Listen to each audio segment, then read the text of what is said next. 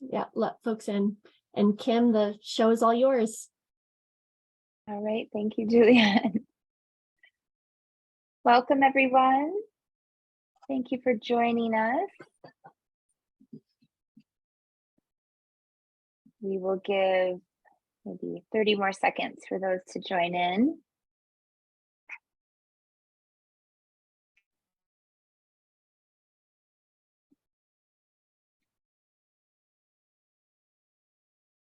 Thank you, Nabila.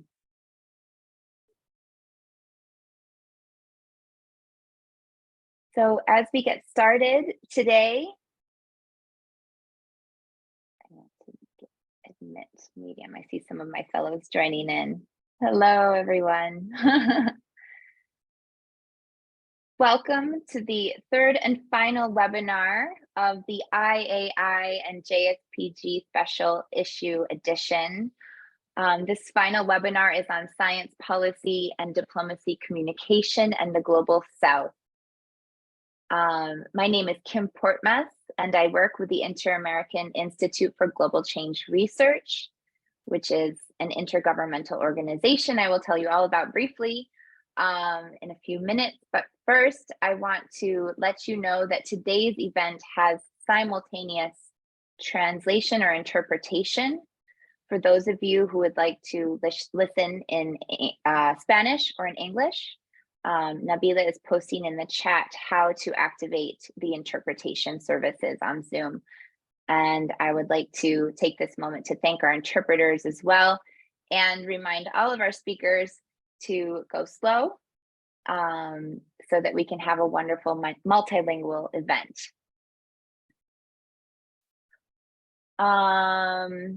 In addition to the expert panelists who I will soon introduce, I am joined by 3 staff members of the Journal of Science Policy and Governance. This incredible team formed by Bipin Kumar, Nabila Riaz, and Julianne McCall. I say it all with a little bit of an accent there. It's been such a pleasure to work with all of you, truly, and I love this efficient team. It's been great. So thank you for being here and with us today in our final session. So I'm going to introduce very quickly, as we have new, potentially new members, our participants in the webinar today, what the II is. So the II is an intergovernmental organization formed by 19 member states across the Americas. You can see the map of our member states here. Our mandate is through the II agreement, which was signed 30 years ago. We're celebrating 30 years, which is to focus on regional cooperation for transdisciplinary research on the aspects of global change, which is defined in our science agenda, which you can catch on our website. We fund research and focus on capacity building to pursue on a regional scale research which cannot be pursued by any individual state or institution. So we're all about collaboration and focus on transdisciplinary approach to the research that we do. Can it advance to the next slide, please, Julianne?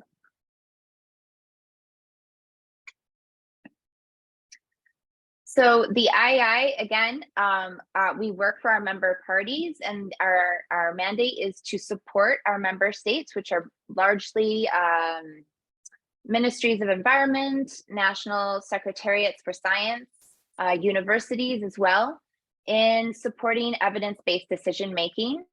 And we do this by funding science programs that are transdisciplinary in nature. They are multi-scalar and transboundary as we are dealing with global environmental change.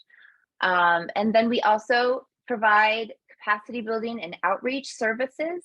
And one of the programs that I head up, which is the Science, Technology, and Policy Fellowship Program, the STEP Fellowship Program, is part of that capacity building to focus on early career researchers in the science policy interface across the Americas, which is what brought us to work with this incredible journal, JSPG, on this shared special edition, and brings us together today. So I think this is where I pass it over to you, Julianne, to talk about the special edition. Wonderful. Yes. As Journal of Science Policy and Governance, JSPG, moves to create greater dialogue and a knowledge base for policymakers, we are honored once again to partner with the IAI for an issue titled Development Policy and Global Change Science to Achieve the Vision of Sustainable Americas. The submission deadline has been extended. It was originally January 22nd and has now been extended to February 5th. For those of you unfamiliar with the Journal of Science Policy and Governance, we are a 10-year-old nonprofit journal, primarily volunteer run, internationally recognized, open access, and peer-reviewed research publication in the US, a 501c3 nonprofit. We serve as a vehicle for students and early career scholars to publish articles concerning every corner of policy in the science and technology fields. It also serves as an independent platform for students and scholars to bolster their research and writing credentials, to come together in partnership and collaboration to further the pipeline from research and science to policy application. We at the Journal publish a number of types of journals, including op-eds, technology assessments, policy memos, policy analyses, white papers, book reviews, workshop proceedings, as well as other types of articles. If it's helpful to your field, we are glad to consider it for publication. We recognize that words on a page don't do anything without further dissemination and dimensionality. This includes webinars and writing workshops to equip early career scholars and students with the skills to submit articles and to consider science and technology topics with a policy lens. We also provide a number of professional development, career development opportunities, including a certificate program, editorial board membership, as well as an ambassador program, which is an internship for current students. Lastly, I wanted to make it known that once articles are published, we also provide an opportunity for authors to present their articles to our partners, to contribute to conferences on panels. We've even relaunched a podcast for this Journal of Science Policy and Governance, as well as social media activity. So with that, this is the final event of the series in partnership with IAI. These videos will be posted to YouTube very soon in both English and Spanish. And we are honored to continue to provide support and services to any member watching this in real time on December 12th or in the future, to help you feel confident and empowered to put your ideas forward into the world. Kim, thank you so much for this chance to introduce JSPG. I'll hand the mic back to you. Thank you, Julianne. And thank you to everyone who's joining us today for even considering applying to the special edition. We're really honored that you're interested. And I think we've been able to curate some really interesting webinars, and today is no exception. So just to give you a rundown of what we will be doing over the next hour, 50 minutes now, I will introduce our wonderful panelists, and then each will give brief opening remarks. And then we will have moderated discussion. We have some great questions for them.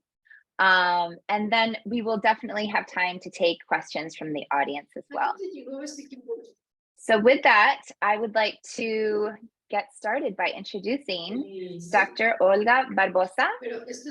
She is an ecologist, a professor at the University Austral de Chile. She is a researcher at the Institute of Ecology and Biodiversity.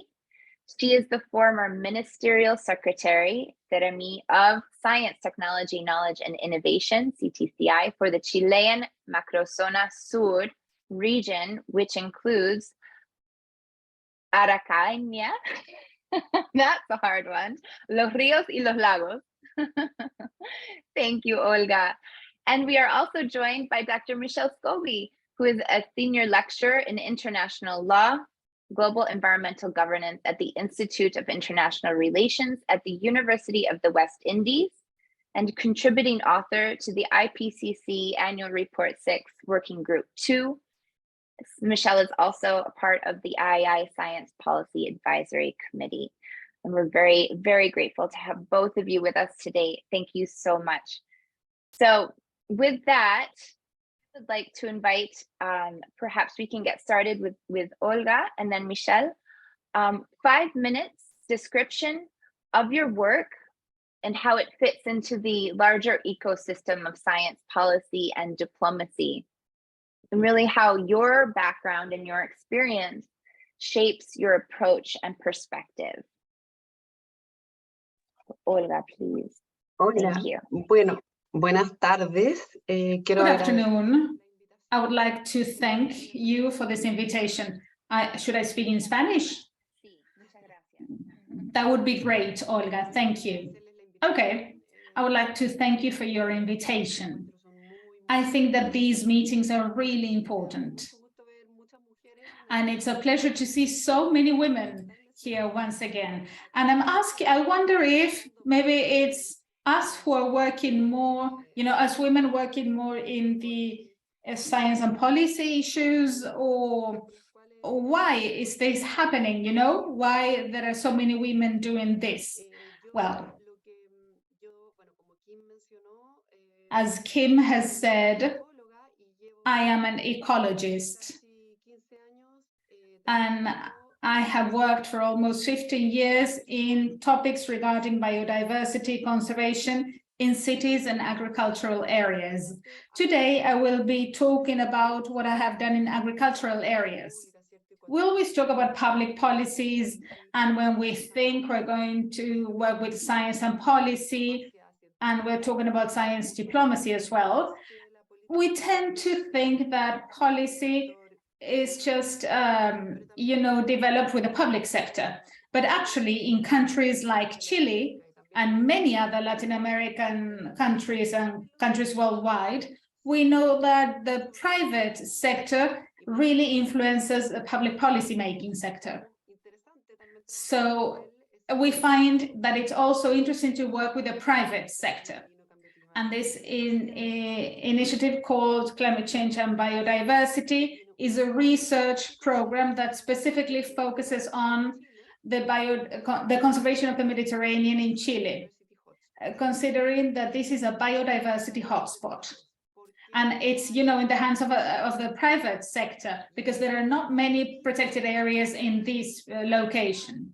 This invites us to, communicate and work with an audience that does not have vast ecological knowledge. So we need to break away from this paradigm, that you can do conservation and also production.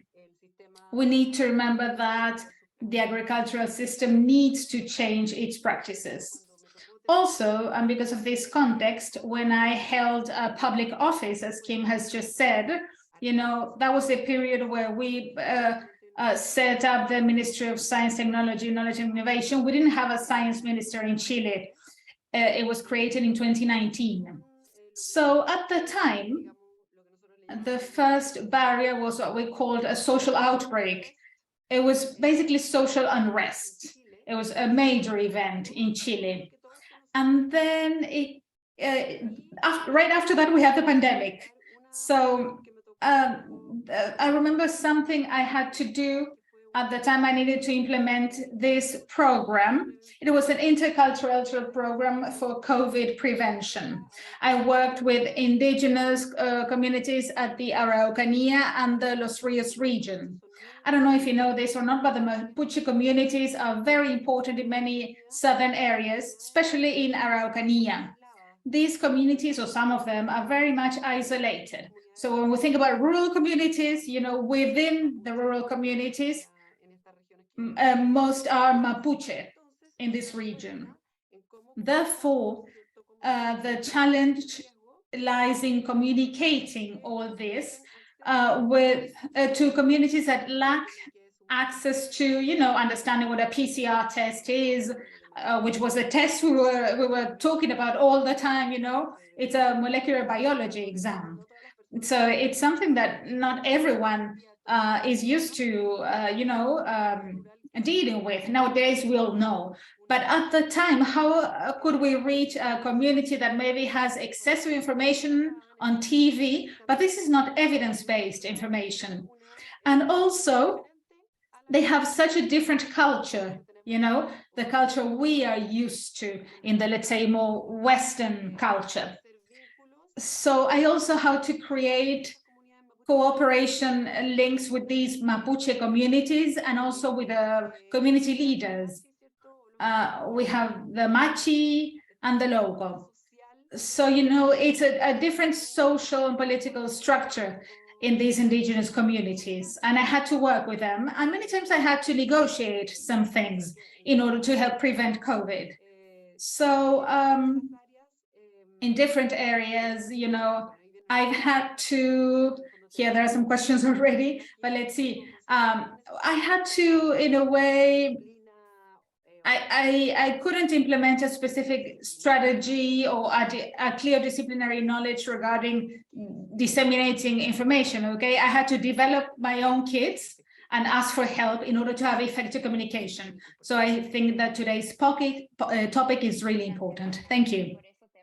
Thank you, Olga. And this is why we have invited you today, because of your amazing experience and because you've had to work with communities that are also sovereign communities within Chile. So that's also part of science diplomacy, within one country. It's not just about foreign affairs. Michelle, please go ahead. Thank you. Thank you very much. Thank you, IAI and Journal of Science Policy and Government for inviting me to participate in this. It's fantastic, and congratulations on the entire program. I see many people on the call, and I think it's testimony to just what an excellent job you've been doing. So congratulations. So yeah, a bit about me and the intersection of what I do. So I've been a scholar for much of my life. My first set of training was in law, and then I did my PhD in international relations. I worked at senior levels in the government of my country, in the Ministry of Finance, as a policy analyst, working with our Heritage and Stabilization Fund, which allowed me to understand sort of government concerns and priorities in policy making. After which I went full-time into academia, and I've been there ever since. And I don't think we can divorce academia, particularly international relations, which is my field or my department, from diplomacy and international politics, because many of the issues that certainly form part of my research are precisely those that inform policymakers or that should inform policymakers.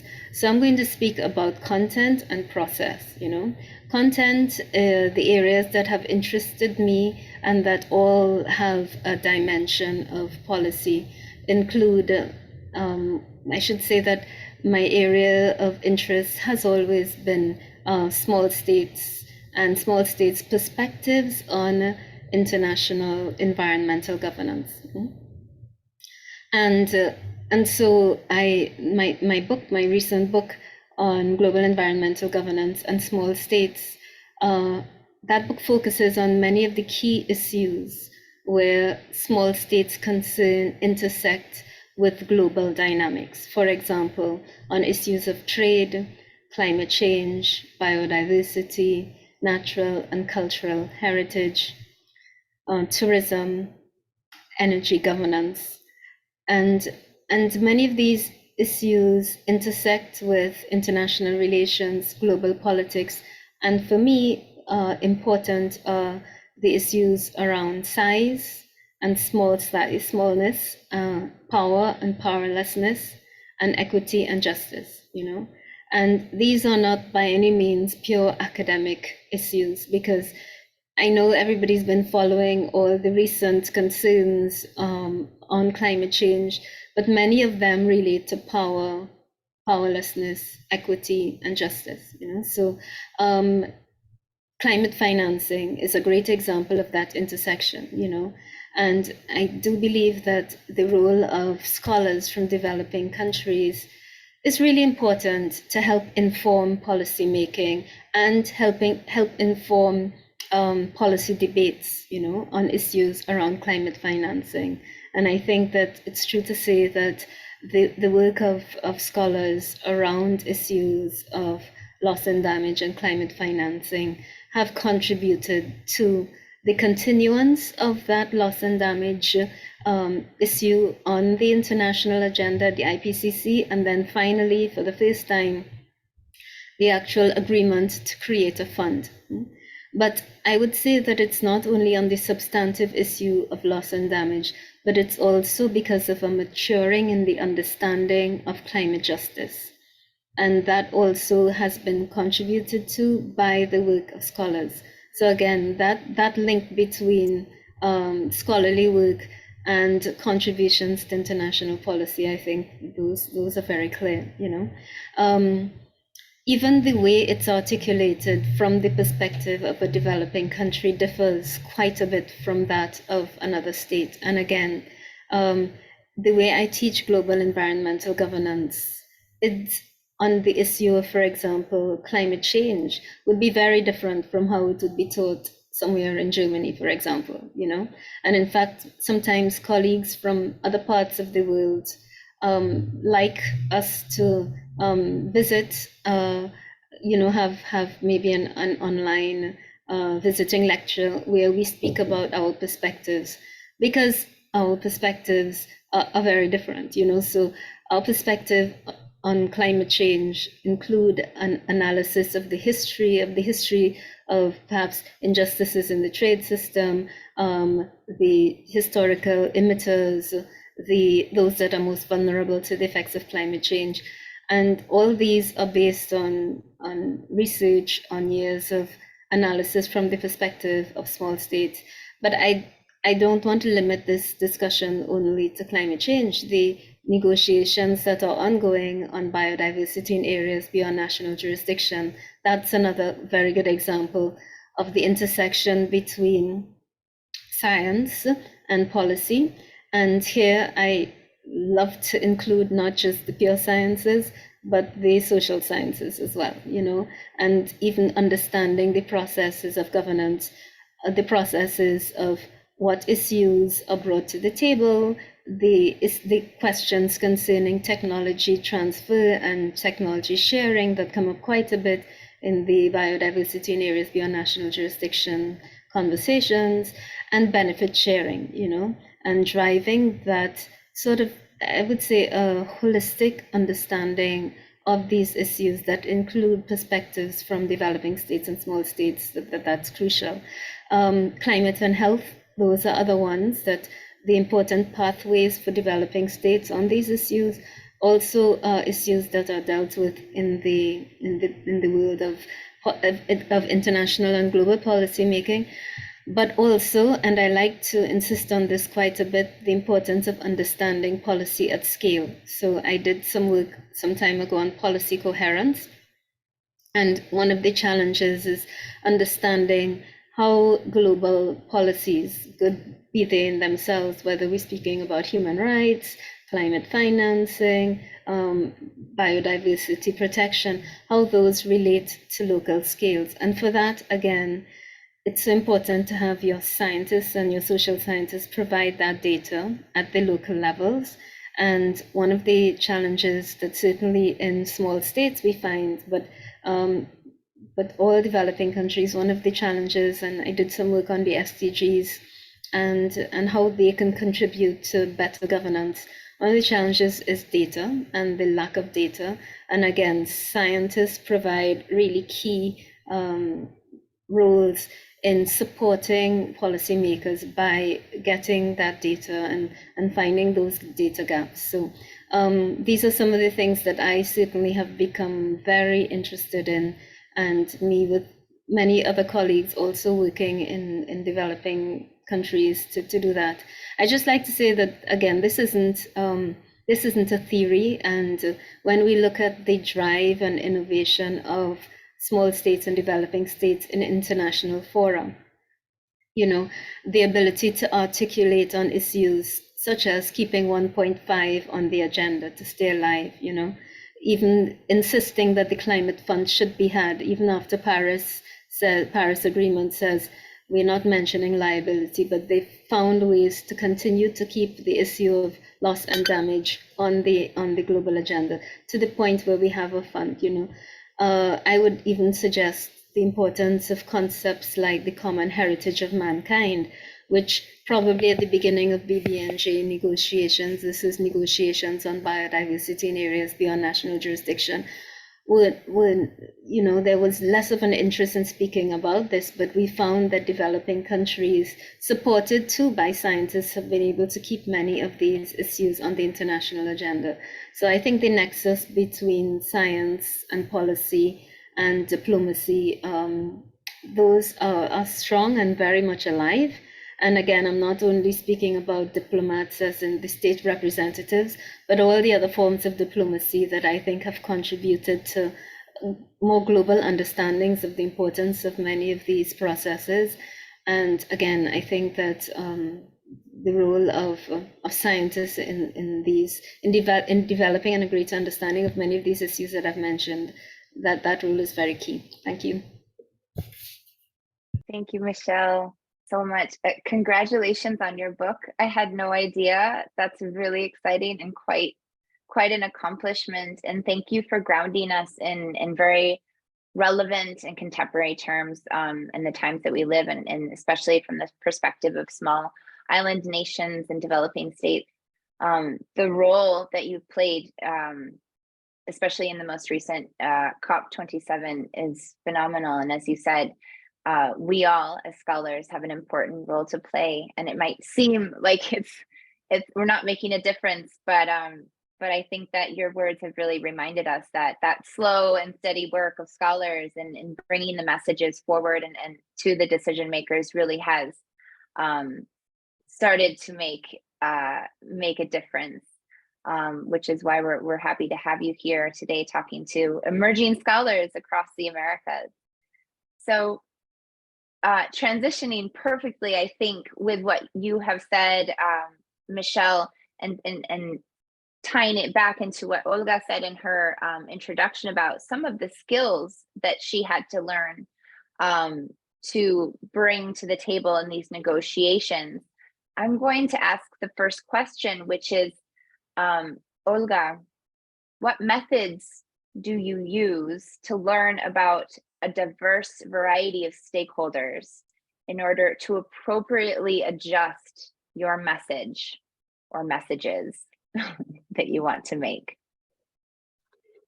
Bueno, yo voy a ser bien. Well,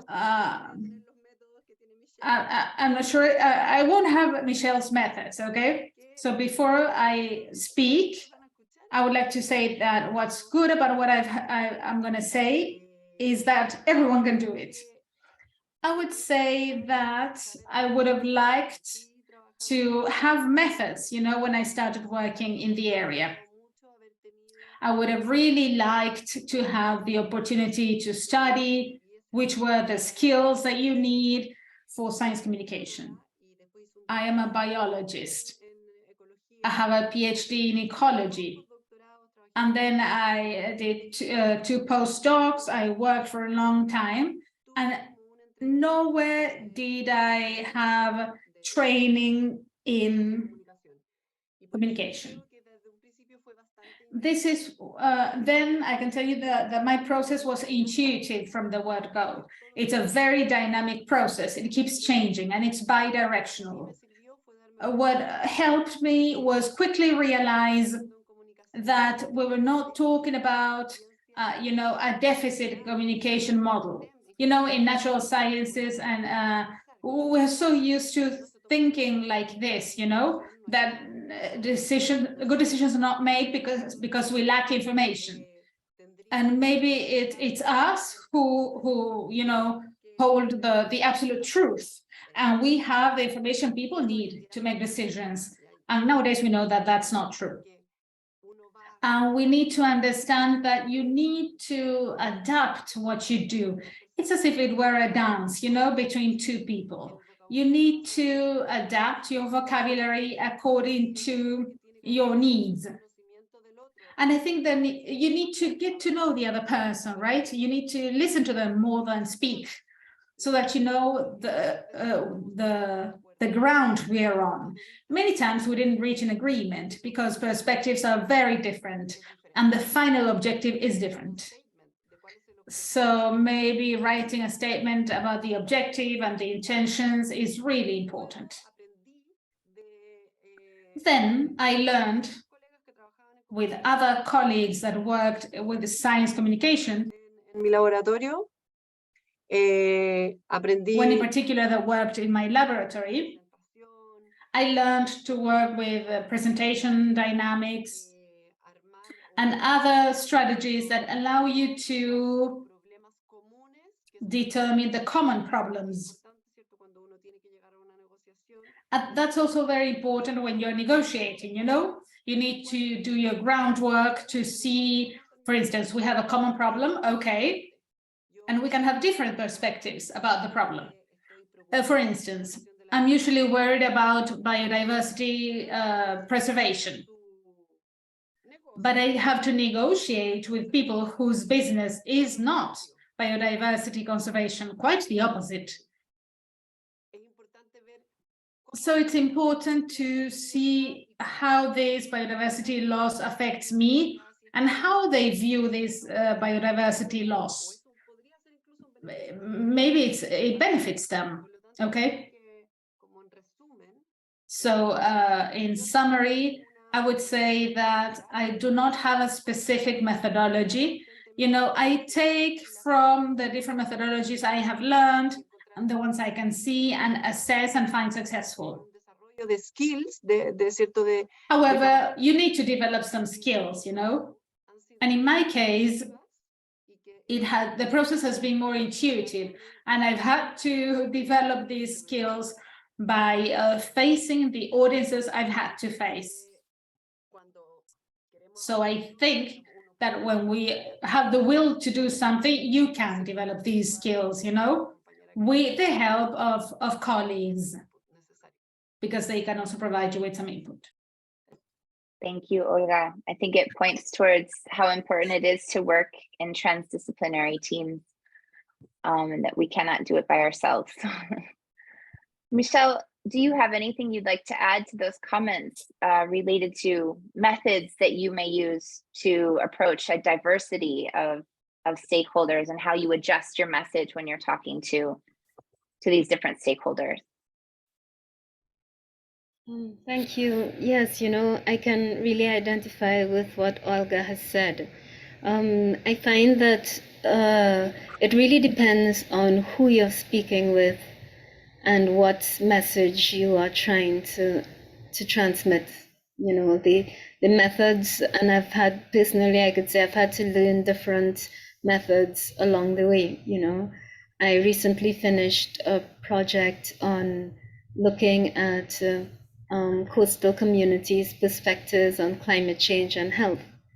And we realized very early on that when we're speaking about climate policy in coastal communities, we need to address it from what matters to the communities and how they see issues. So we, in fact, at the beginning, rather than speaking about climate and health, we spoke about weather and weather changes, things that they could more readily identify with. Because in some initial conversations, some people were less concerned about climate and health and more concerned about things related to livelihoods or etc. So I think context is important, and certainly from my perspective, it's important not to use only northern framings of issues when addressing, when having conversations with people from the global south, you know.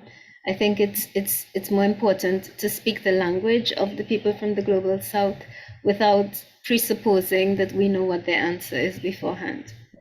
And that requires, I think, a lot of intellectual humility in approaching the stakeholders and not thinking that we know, we are the scientists that know all the information, you know, but really valuing their perspectives, and even in the way we ask the questions, to value those perspectives.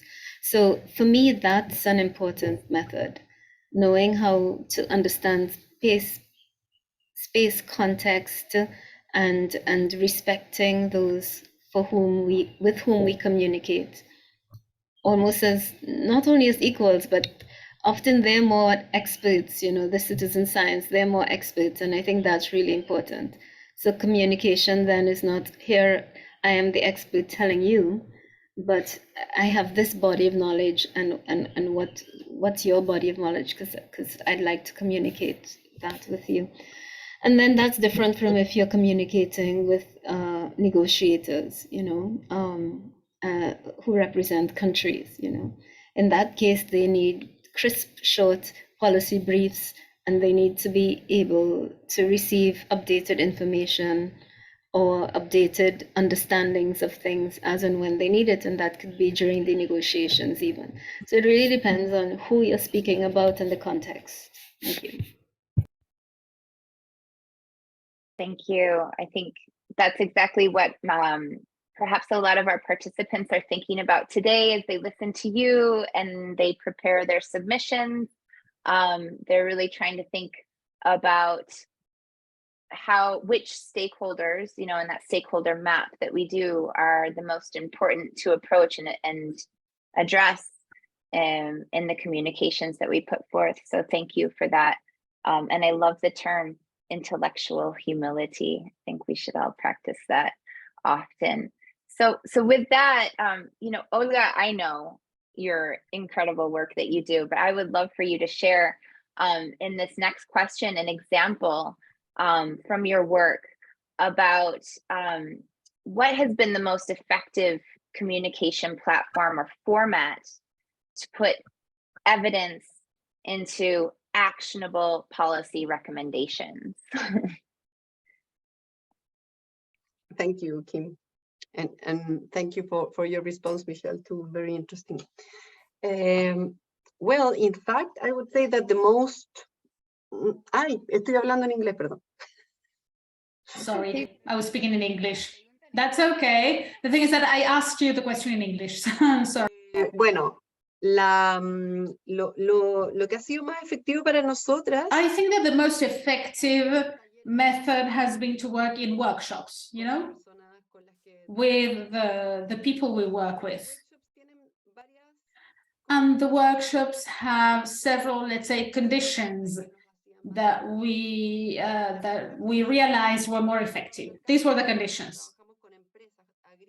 Please remember that we work with agricultural companies, okay? These are vineyards, actually, okay? They produce wine. And these are large companies. Many of them are large companies. So condition number one is that when we hold a workshop, in order to show them the evidence that they need to have to make a biodiversity conservation decision in their lands, the first condition is that a representative from every area in the company needs to attend. For instance, I can have someone working in the field, and when we tell them what a system is, ecosystem services, they understand because they're in touch with nature.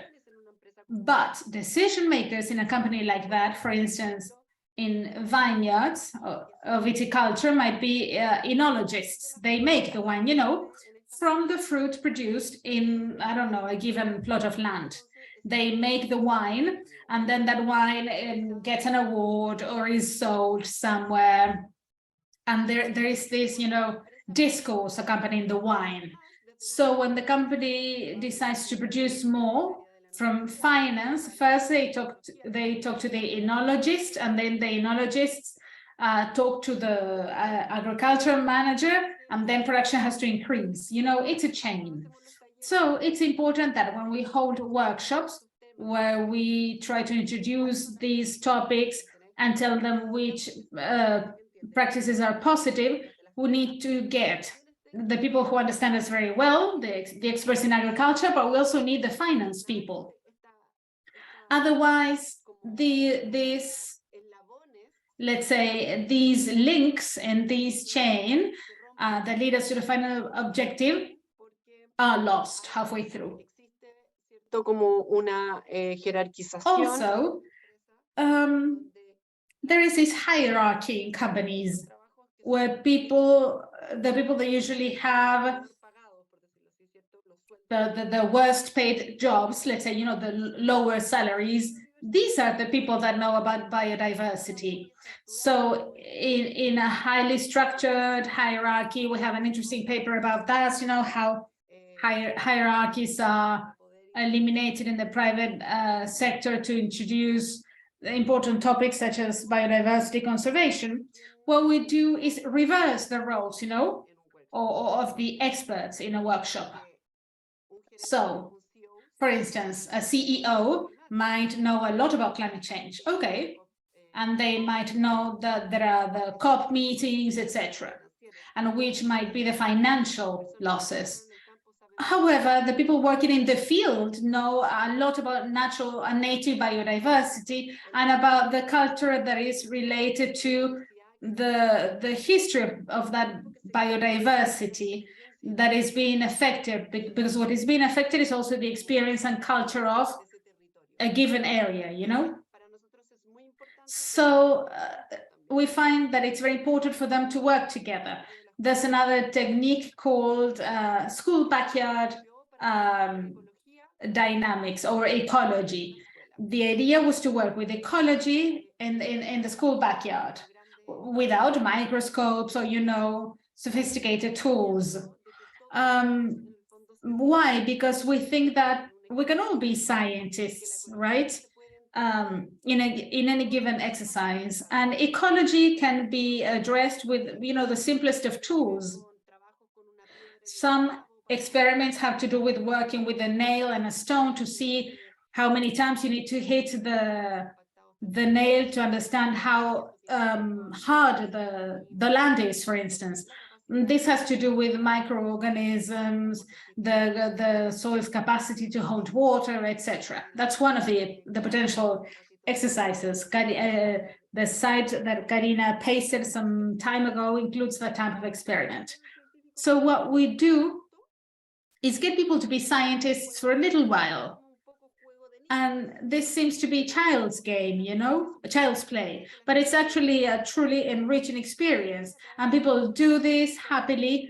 And in that moment, we tell them which are the scientific foundations behind the practices they need to follow in order to preserve biodiversity. Also, we can understand the impact of these workshops on the attitude change when it comes to conservation. A colleague wrote her dissertation about this. And of course, you can have a look at the results. But for instance, the impact on the knowledge gained by people is huge. But there are other important factors when it comes to changing attitudes. Estas experiencias buenas y estas otras. So there are positive, you know, experiences and other not so positive experiences. So we still have a challenge, but we implement many of these methodologies. The idea is always to focus on the human connection, you know, that's essential for us. And I think that that has been part of the program's success. You know, honesty, horizontality, you know, a clear disclosure about the uncertainty related to scientific experiments and results.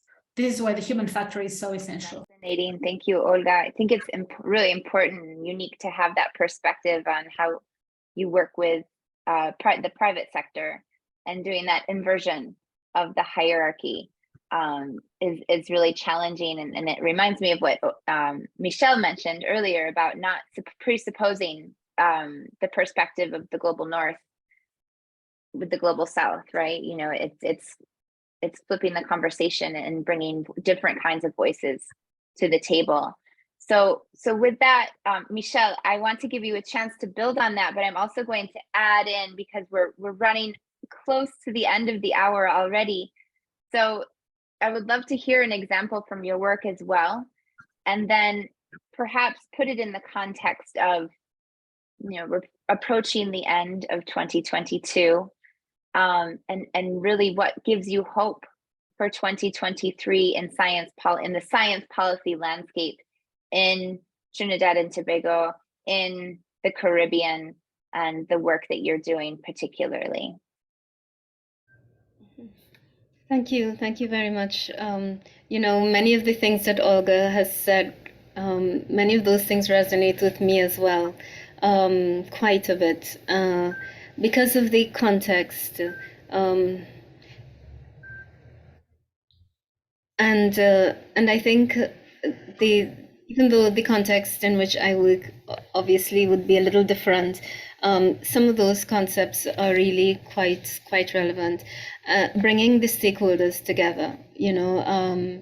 So I just remembered when one of the early stages of the negotiations about biodiversity beyond national jurisdiction, and how lovely it was to have academics and policymakers from different countries around the table to understand the issues. And at that stage, we were understanding the science, we were understanding the implications for benefit sharing, so the economic implications.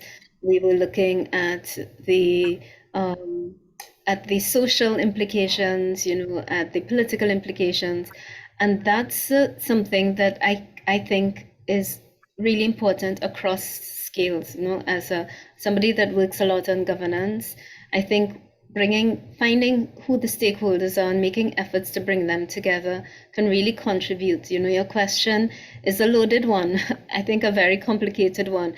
Effective communication platforms that put evidence into actionable policy recommendations. I think if we found ways to have actionable policy recommendations, we could sell it for billions of dollars, because I think that's still the challenge, you know. I'm not too sure when it happens, if it happens, or how long it happens for. That's a very difficult one, and so many things affect that, you know. But certainly what Olga mentioned as the importance of having all the stakeholders at the table really matter. And that leads me to the point 3, which is what gives me hope for 2023. Well, one of the things that I, together with some colleagues, looked at was an analysis of the SDGs and SDG implementation, you know. And while one can argue that the Sustainable Development Goals are far from being well implemented or fully implemented, in other words, one can argue that they probably didn't lead to necessarily actionable policy recommendations in all spheres. I think it's also true to say, and certainly my research, I did a study on some of the Caribbean countries, Jamaica, St. Lucia, Guyana, and what I did see was that just having these goals contributed to a greater collaboration between government departments, and that bringing different parties to the table, I think, contributed quite a bit to development policy in these different islands, you know. So there I see an issue of scale, from the global goals to the local scale, and an issue of cross-departmental collaboration that probably would not be so as advanced if it weren't for the Sustainable Development Goals. So there you see the value of norm penetration, you know, the value of the norms of participation and collaboration and democratic processes contributing to better policies, and more actionable policies. So, and that gives me hope for the future as well. Thank you. I'm so glad, Michelle, that actionable policy recommendations are part of the horizon for 2023, not just part of a loaded question that I put together. How about you, Olga? Could you share with us what are your hopes for 2023 in the science policy landscape in Chile? I'm just impressed with the diversity of context that we have present here between the two of you. It's really amazing. Well, I think some of it has to do with you. Again, I'm talking in English. Algo tiene que ver con. I think that this has to do with the IAI's work, you know, through these webinars, together with the journal, because I believe that we are reaching a point where those who are trying to doing science policy or science diplomacy, or, you know, trying to support public policy making, I feel people from different areas are coming together. A specific example. El ministerio es muy nuevo. As I said, the Ministry of Science has been recently created in Chile, but they already have the necessary tools to talk to the president, and that was unthinkable before. I feel that each progress, for instance, we've developed the first gender equality policy in science, technology, knowledge and innovation in Chile. And we didn't find another similar policy in the world as a public policy signed by the president, okay? And we did this before 2021. Also, that policy has been improved on in this second administration, you know, because we see that this important public policy is now furthered. I believe that also the interaction of the National Congress Library is important. In Chile, we have a team of experts that advise Congress, you know. There's a specific group that works with science issues, and we've been able to interact with them. Kim and the IAEA have also interacted with them. So I think that, you know, these contacts are now working and they're beginning to take shape. And also they allow us to disseminate the methodologies that we know that have been effective or not, in order to transfer science knowledge in this two-way relationship. So from science, we begin to understand how policy works, and then the political world begins to understand how we work in the academia so that information can flow. That's what makes me happy mainly. Great. Thank you. That hope as well. So we have one question in the chat, and in the final minutes, I would like to ask if Jessie is still with us, if you'd like to ask your question to Olga and Michelle before we finish in the last 5 minutes. Jessie, are you there? Yeah, sure. Thank you. Yeah. So I was just curious if you all had any suggestions on how to engage with stakeholders or rural communities or communities that may not have as much time to engage in workshops or, you know, surveys or things like that, and how can we maybe incentivize that process more so that it's easier to engage stakeholders that may not have as much time or the means to participate in science? Thank you, Jessie. It's an excellent question. And I guess that Olga and Michelle would have very different answers. So who would like to take a stab at the question? Well, my answer is quite quick. I don't know o sea, no sé cuál es la respuesta. No I sé don't know cuál- the answer to that. Because I feel that those communities are not just rural communities.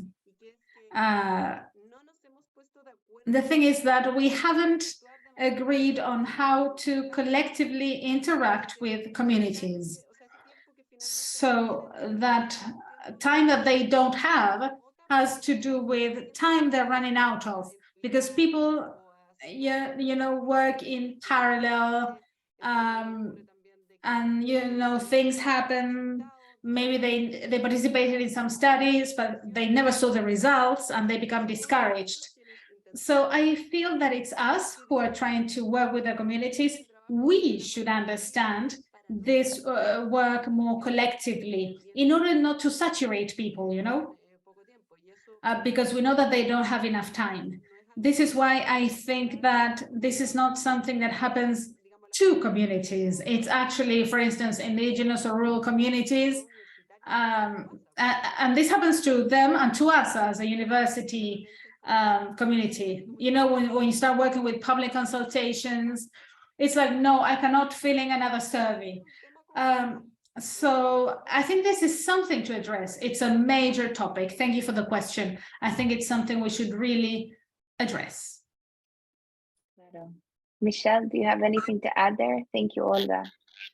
I think sometimes when it comes to working with rural communities or less resource communities is to see what value proposition. So we are asking them for information, but what can we offer in exchange? Maybe we can work with them on some of their projects as a way to support and provide them with resources so that it makes their job of so we can help them with their job so they can then help us with the content and the information that we have. And that goes for the rural communities that don't have time, as well as for the policymakers at the national and international levels that don't have time. Yeah. We all need more time or to slow down and have more meaningful connection with each other. So with that, I would like to thank each of you for taking the time to be with us today and to share your unique experience. Again, I'm very grateful that we were able to bring voices from the Caribbean and from Chile and from the Global South to this topic today, because I think it's very important to have this diversity of point of view. And I really am impressed with the work that each of you do, Olga and Michelle. I thank you for sharing with our community today. So with that, please follow Olga and Michelle on social media and follow their amazing work that they're doing, including checking out books and papers that they're publishing. We will soon have all of these, all three of the sessions that we've done leading up to and related to the special issue will be posted on YouTube in both Spanish and English, including this one. I would like to thank our wonderful interpreters for joining us today and helping us make this a multilingual event. Thank you to all the II Step Fellows who are in the house and in the room today, as well as the other participants as well. And once again, thank you to the JSPG staff. We couldn't do this without you. And we really appreciate how efficient and dedicated you are to the mission of providing these skills, as Olga said, that are so necessary. We all wish we had this training when we did our PhD or our advanced degrees.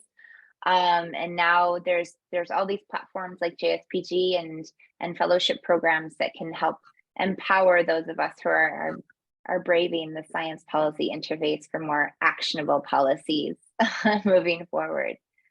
So with that, thank you for your questions. Please reach out to our panelists if you have any questions that went unanswered. I'm sure they'd be happy to answer any other questions that you may have. And with that, thank you for joining us today. Thank you very much. Hasta luego. It was a